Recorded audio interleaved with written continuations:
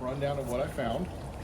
Okay. And what I'm going to do is just kind of highlight the stuff that's, more in need of repair and such. Everything else will be in the report. This house is in pretty good shape. So let's start off with the roof. You got a vinyl covered roof. It's flat. It looks good. There's no big issues up there, even with all the rains that we've had. All your downspouts and everything move the water off the roof, so it looks really good on that end. Okay, this was a good time to do the inspection right after all the rain. Yeah, either during or right after. We always find the leakage. Usually the day after, it's even better. So your solar panels look good. They were nice and clean. There was no broken ones.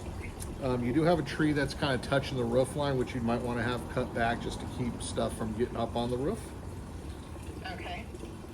Site elements, which is going to be all your patios, walkways, and such. You're going to have some staining, deterioration.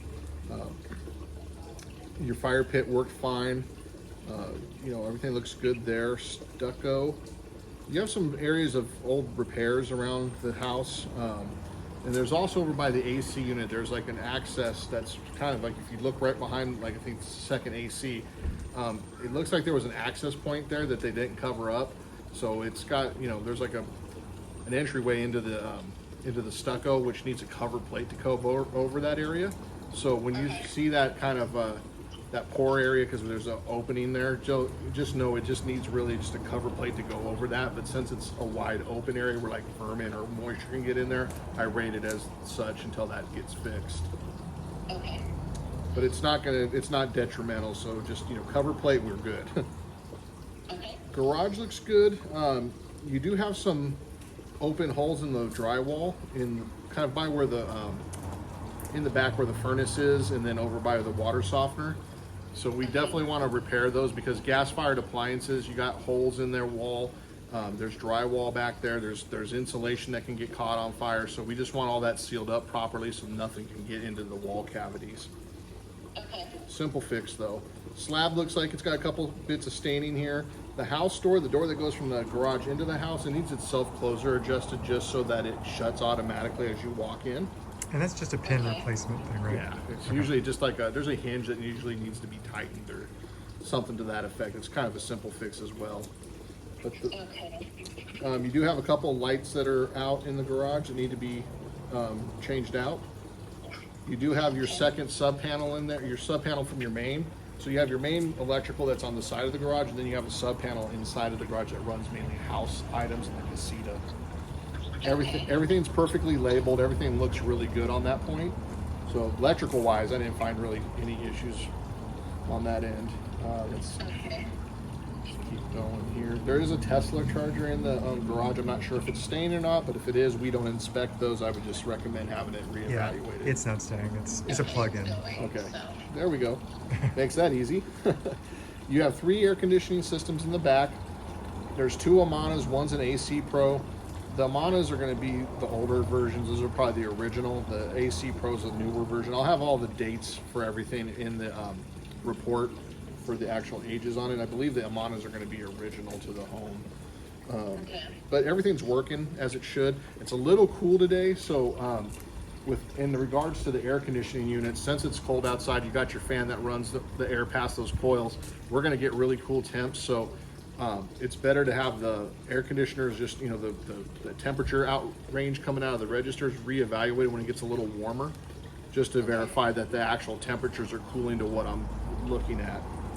It's just hard when you have this cold of temperatures here. It's not usually in the 50s in Palm Springs, so Well, it's snowing here, so Oh boy. Yeah, no, don't feel bad for us. It's a sunny day here. We're good. You got 3 heating units, 1 in the garage, 2 up in an outside closet that's next to the casita. They're all Amanas. They're all going to be the same age. They're going to be original.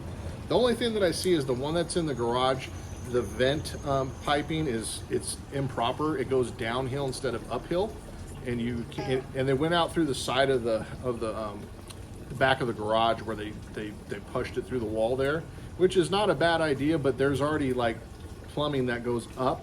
And I just don't understand why they just didn't run the vent pipe up to there. There must have been an issue at one point where they had to do that for some reason. I'm not sure.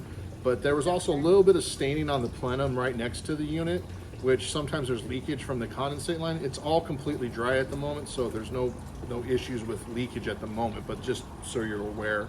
And this is all in the garage unit. Okay. You have 2 hot water heaters. You've got a tankless on the outside of the house. It's next to the garage. It's a Riani. I'm sure it's going to be the same age as when the home was built. And you're getting good hot water all through the house. And then you have a smaller electric Brad White tank inside the garage next to the heating unit number 1. I believe that's probably running the casita area. And it's everything. I got good hot water all throughout the house. So all the hot water issues are great. Okay. Your main water shutoff and gas shutoff are along the side of the garage as you walk up to your front entry gate. Okay. Water pressure, everything will look good, so there's no real big issues there. Going back to the pool, pool and spa look pretty good. There's just some light staining on the interior. It could be that they're throwing chlorine into the pool to kind of keep it nice and clean, and some of that's sitting on the liner because you have a dark colored liner. Okay. Now the GFCI to the main panel over there is inoperative, so your lights didn't come on, but the lights will probably work once the GFCI issue is corrected. These little things, they have like an on-off switch there. When I looked at the unit, the reset button was like not connected properly. So there's like a little pin that's sticking out where usually that little button sits. So that usually that's what happens when these things get wet or if they've been outside for a while. The GFCI just needs to be replaced, but everything else looked good. The heater was an issue. It did not cycle on. The service lights on, and the display covers missing, like the cover part, like the film on the front, it's missing. So you definitely want somebody to look at that and just take a overall look at the rest of that for you. The jets came right onto the spa. Everything else looked pretty good on that end. So the heater for the pool is not the same heater as the heater for the spa? Correct. Yeah, it's all because you'll heat the spa and then the water filter dumps over through the spillway into the pool. Okay. But yeah, So it's that wasn't working at all? correct. No, the service light's on. It definitely needs servicing, but everything's super wet, so it could be the thermocoupler got wet and it's not able to ignite the burner, but there's a couple of things that it could be.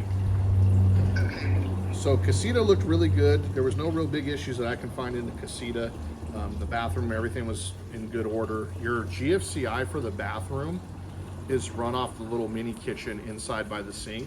So if you ever have your power shut off to your bathroom up in that casita, the GFCI is right next to the kitchen sink. Interior wise, we look really good. The house is in pretty good order. There, you got a couple dents and dings on the walls. There is one double hung window in the master or in the bedroom number 2 upstairs.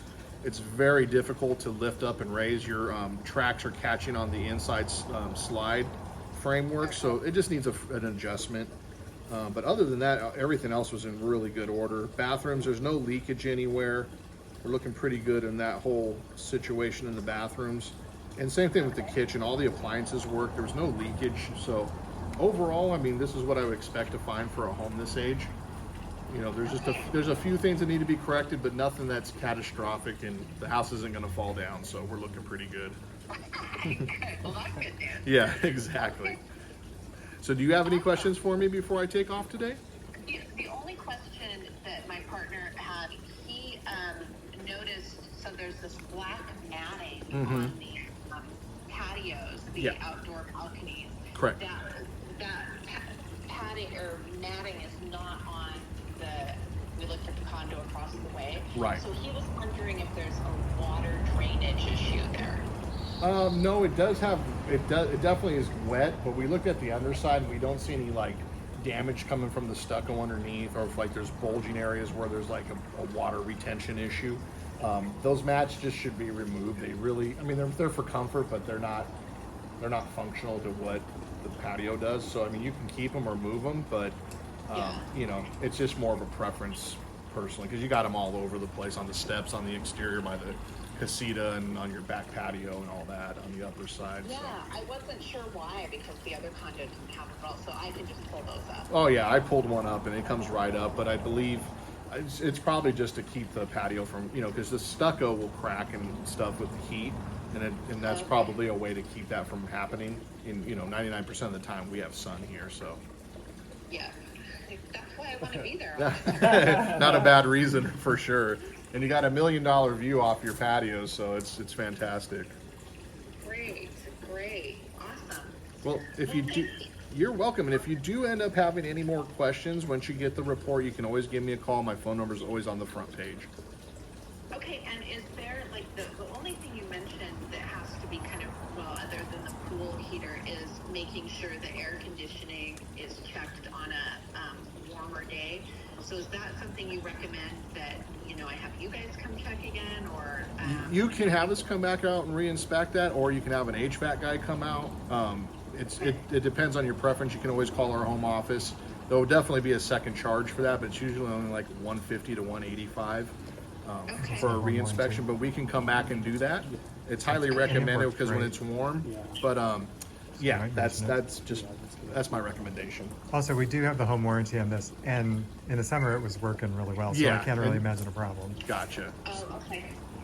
Okay, yeah, I forgot about the home warranty. That's great. Yeah. Okay. But just to be safe, it was really cool because I had a lot of open houses, and it was very cool when I was doing them. So Yeah, it feels like it's running great right now. It's just for me right now with outdoor temp and indoor temp, it's very similar. It's hard to gauge because during the summertime, we can't tell you if your heat pumps are working because it's too hot outside, Right. stuff like that. So it's the opposite for the ACs in the winter. Okay, that makes sense. That makes sense. And the owners, I don't know if they occupied it during the summer, so they would know if Full-time. they were there in the summer if the AC. Yeah, it was a full-time residence for them actually. So yes, it was definitely on in the summer. Yeah, that makes sense. Okay. Well, thank you for your time. I appreciate it. Thank you so much. Have a great day. You too. Thank you. Bye-bye. I'm going to go set the AC. Thanks, Josiah.